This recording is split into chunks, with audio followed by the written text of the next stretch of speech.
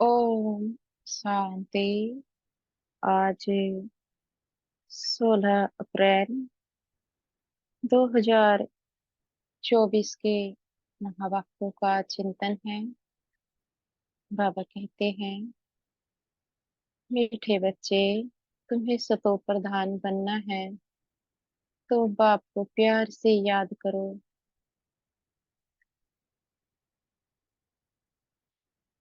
तो बाबा समझाते हैं कि अगर अपनी अवस्था सतो प्रधान बनानी है तो हमें उनको बहुत प्रेम से याद करना है, क्योंकि जितना उनसे प्रेम करते हैं आत्मा में उतना बल आता जाता है। और जितना बल आता जाता है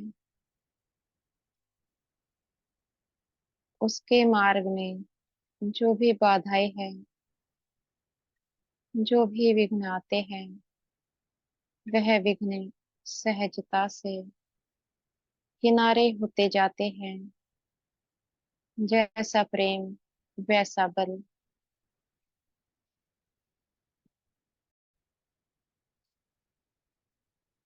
बाबा कहते हैं, बहुत बहुत निर्वाण चित बनो और अहंकार आया तो दुश्मन बन जाते हैं। तो बाबा समझाते हैं कि हमें अहंकार से परे जाना है। अहंकार अशांति की देन है।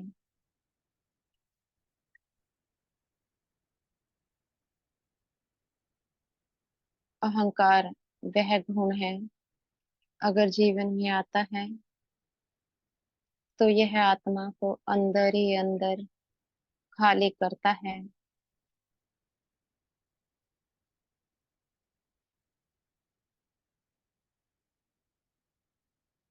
अहंकार क्या है?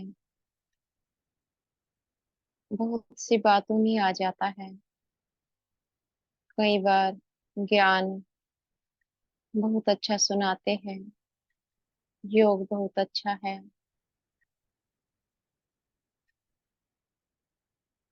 हमारे जैसी सेवा कोई कर नहीं सकते। स्वयं की देह का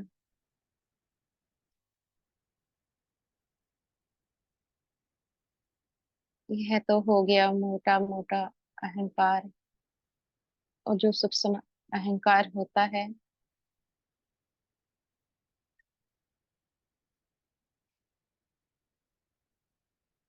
वह तो समझ से भी परे है।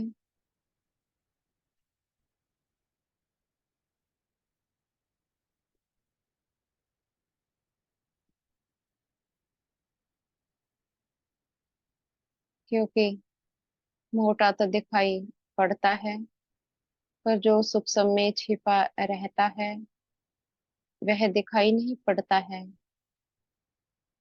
वह तो कर्मों में निकलता है। जब हम दिन भर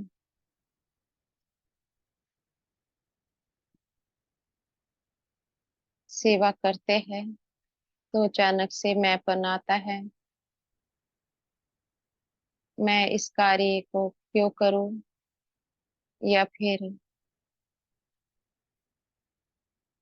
मैं ऐसा कर सकती हूँ या कर सकता हूँ,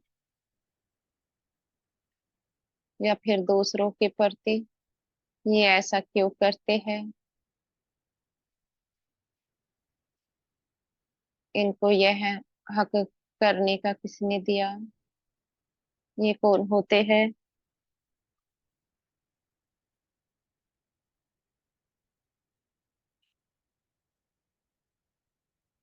जो मैंपन होता है वह भी अहंकार है।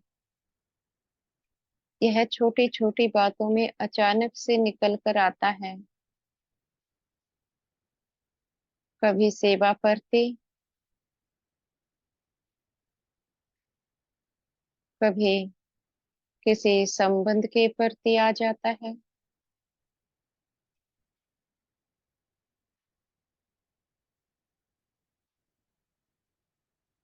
कभी कोई कुछ कह देता है,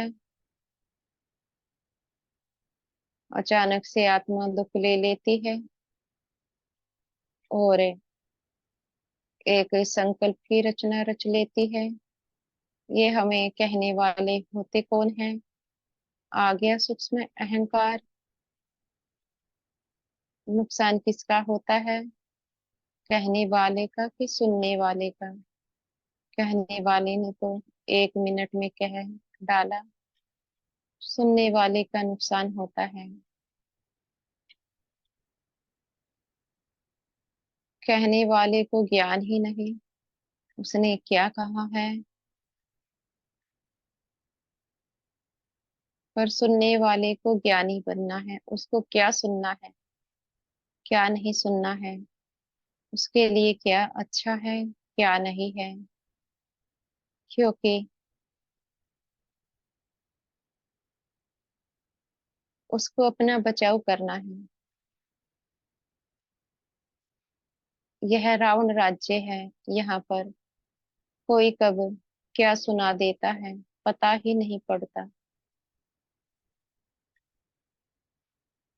अब सब तो श्रेष्ठ नहीं बन सकते, श्रेष्ठ तो स्वयं ही बनना है।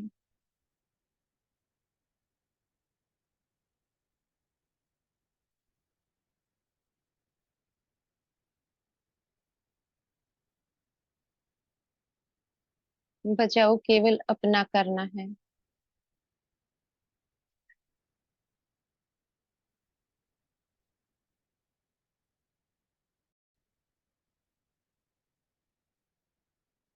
बाबा कहते हैं,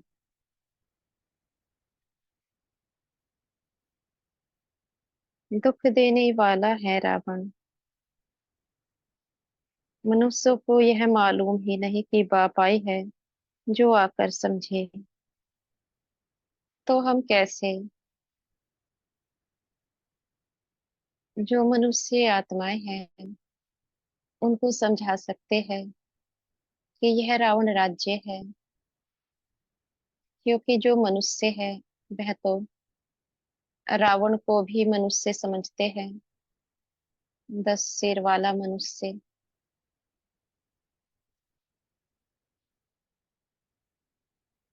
तो हमें क्या करना होता है? जो रावण के संस्कार है, उन संस्कारों पर समझाना होता है। रावण में कौन से संस्कार थे? काम, क्रोध, लोभ, मोह, अहंकार। ये सभी संस्कारों के वशीभूत होकर रावण ने कर्म किए। जैसे कि दिखाते हैं भक्ति मार्ग में, सीता जी का अपहरण किया, किस लिए किया? अपनी कामनाओं की पूर्ति के लिए। अपनी दृष्टि को खराब किया। अहंकार कितना था रावण में, क्रोध कितना था, लोभ भी था, मोह कितना था। ये सभी विकार रावण में थे। अगर श्री राम जी को देखते हैं, उनमें इस प्रकार के विकार नहीं थे, शांत स्वभाव का दिखाते हैं। तो श्री राम जी ने रावण को तो मार दिया, क्या उसके बाद रावण मर गया? शरीर से तो मर गया, क्या उसके संस्कार मर गए?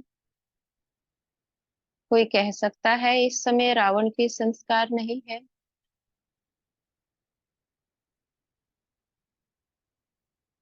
इस समय का जो मनुष्य है, उनमें कामनाएं नहीं है।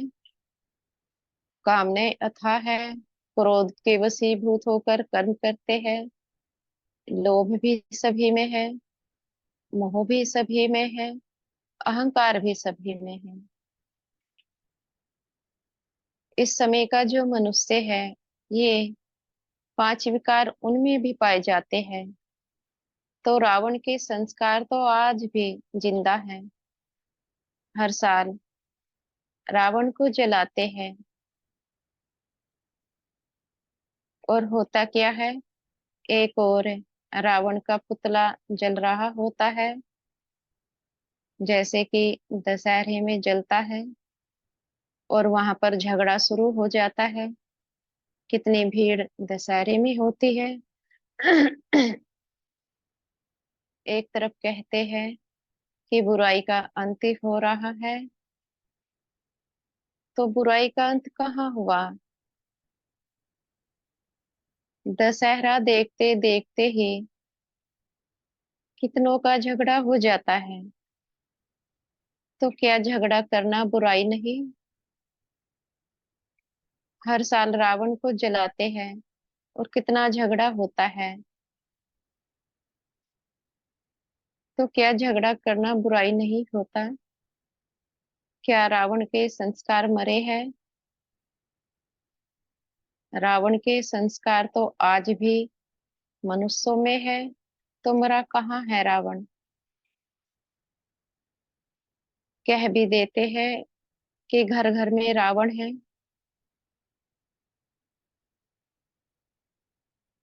अब श्री राम तो दिखाई नहीं पड़ते घर घर में, रावण को कह देते हैं। तो क्या कहेंगे इस दुनिया को, ये राम राज्य है कि रावण राज्य है।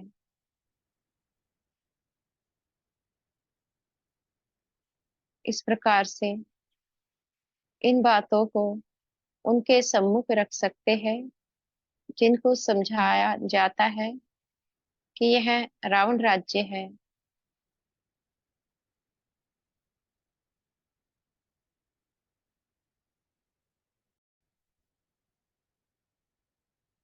बाबा कहते हैं, डिटेल में समझाना पड़े बोलो, यह भी है गीता। सिर्फ गीता में श्री कृष्ण का नाम डाल दिया है।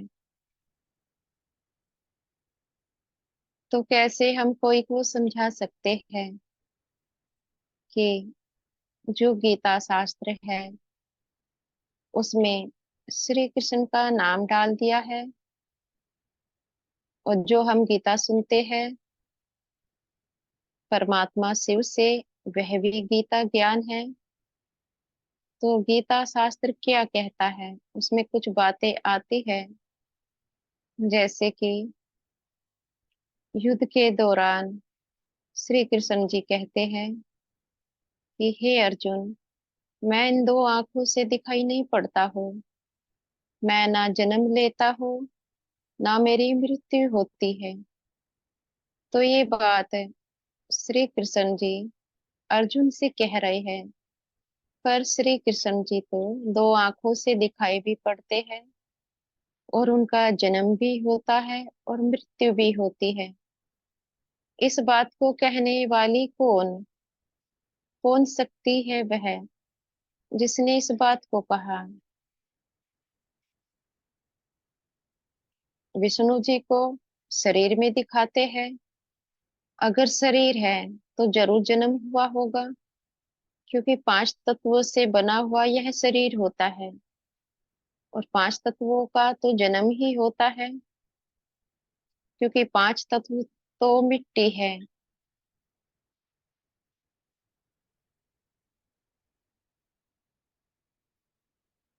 तो विष्णु जी शरीर का आधार लेकर कर्म करते हैं, वह भी अपना शरीर।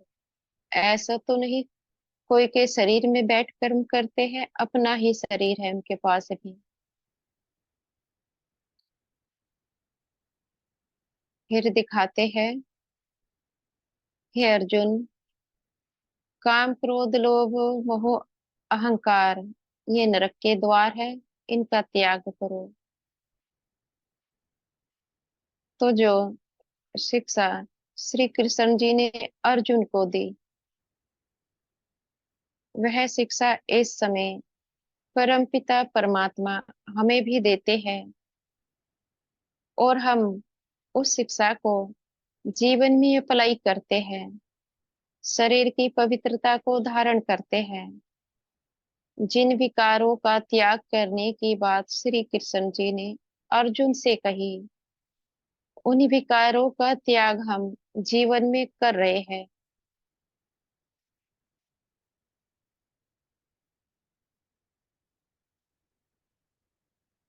तो इस प्रकार से हम उस गीता ज्ञान को इस समय के गीता ज्ञान से जोड़कर समझा सकते हैं। जब बात आती है पवित्रता की, क्योंकि यहाँ पर होता क्या है, पवित्रता को लेकर के बातें बहुत बनती है। चलो, हमारी बात को मत मानो, लेकिन श्री कृष्ण जी ने गीता में क्या कहा है? हे अर्जुन, काम महाशत्रु है, तो उनकी बात का मान रखो। उन्होंने भी तो यही समझानी अर्जुन से दी है। जब तक उस समझाने को जीवन में अप्लाई नहीं करेंगे, तो गीता पढ़ने का फायदा क्या हुआ?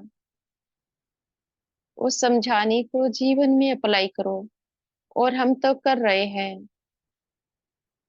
इस प्रकार से हम उस गीता ज्ञान को और इस गीता ज्ञान को समझा सकते हैं।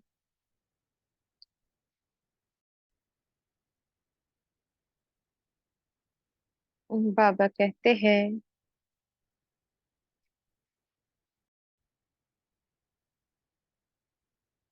आधा कल्प है स्वर्ग, फिर है नरक, रावण राज्य शुरू होता है, ऐसे ऐसे समझाना है।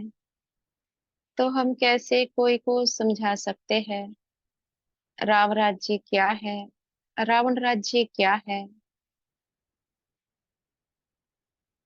हमें यहाँ पर संस्कारों को बतलाना होता है।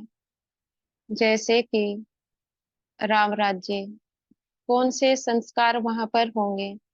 सुख, शांति, पवित्रता। उस राज्य में हर एक आत्मा पवित्र होती है, और देह भी पवित्र। वहां पर संबंध भी पवित्र होते हैं। युगल जोड़े शरीर से पवित्र रहते हैं, और फिर भी सृष्टि चलती है योग बल से। कैसे उनके बच्चे संकल्पों से जन्म लेते हैं, वह भी माता के गर्भ से। ऐसा नहीं कि जादू से हाथों में बच्चे आ जाएंगे, जन्म तो गर्भ से ही होगा ना। तो जैसे कि भक्ति मार्ग में जब देवताओं के सम्मुख जाते हैं, स्नान करते हैं, शुद्ध होकर जाते हैं। क्यों? क्योंकि वह पवित्र है। अगर वे पवित्र नहीं होते, तो क्या आवश्यकता थी उनके सम्मुख स्नान करके जाने की? तो उनकी दुनिया भी तो पवित्र होगी।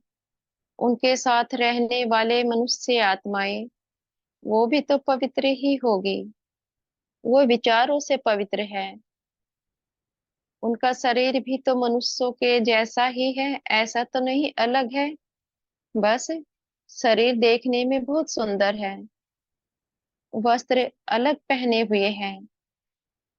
यह तो समय समय पर पहनने के वस्त्र चेंज होते रहते हैं।